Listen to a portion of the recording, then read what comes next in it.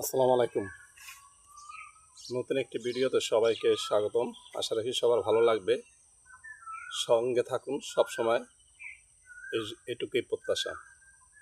আর আমার এই চ্যানেলটি একটু কাইন্ডলি সবাই একটু সাবস্ক্রাইব করবেন, যাতে পরবর্তী ভিডিওগুলো দ্রুত আপনাদের সামনে পৌঁছে যায়। আজকে যে বিষয়টির সাথে কথা বলার জন্য উপস্থিত হয়েছি তা হলো একটি ঈদ পরবর্তী সময় একটি কিন্তু আমাদের জন্য গভীর দুঃখের বিষয়, যা হলো দৌলতদিয়া ঘাটে আপনার গাড়ি ফেরি থেকে নদীতে পতিত হয়েছে এবং এখানে বেশ কিছু লোক হতাহত হয়েছেন। আমরা সবাই শোক সম্ভ্রান্ত পরিবারকে সমবেদনা জানাই, সাথে সাথে তাদের জন্য উপযুক্ত ক্ষতিপূরণ যাতে তারা প্রত্যেকটি পরিবার পায়, সেই জন্য আমরা সরকারের কাছে আকুল আবেদন করছি। আর বর্তমান সরকার হলো একটি জনবান্ধব এবং একটি দেশপ্রেমিক সরকার।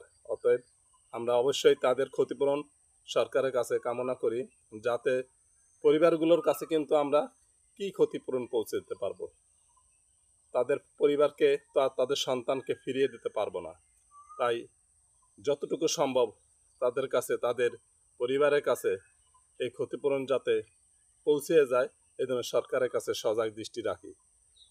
আর ভবিষ্যতে যেন এই ধরনের অব্যবস্থাপনার কারণে এই ধরনের কোনো দুর্ঘটনা যাতে না ঘটে, এই জন্য সরকারের কাছে আকুল আবেদন করি এবং যারা এই ঘটনার সাথে জড়িত তাদের উপযুক্ত শাস্তি দাবি করি। কেননা একটি প্রাণ কিন্তু আমাদের জন্য অত্যন্ত মূল্যবান।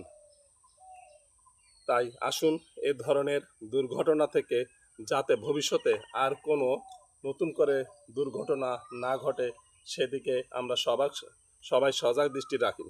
সাথে সাথে আমাদেরকেও কিন্তু সতর্কভাবে আমাদের এই ঈদ যাত্রা যাতে সবার সফল এবং সুন্দর হোক, এই শুভকামনায় প্রত্যাশা করি। সবাইকে শুভেচ্ছা অভিনন্দন, যাতে নতুন একটি আগামী ভবিষ্যৎ বাংলাদেশে গড়ে ওঠে। সবাইকে শুভেচ্ছা অভিনন্দন। আসসালামু আলাইকুম।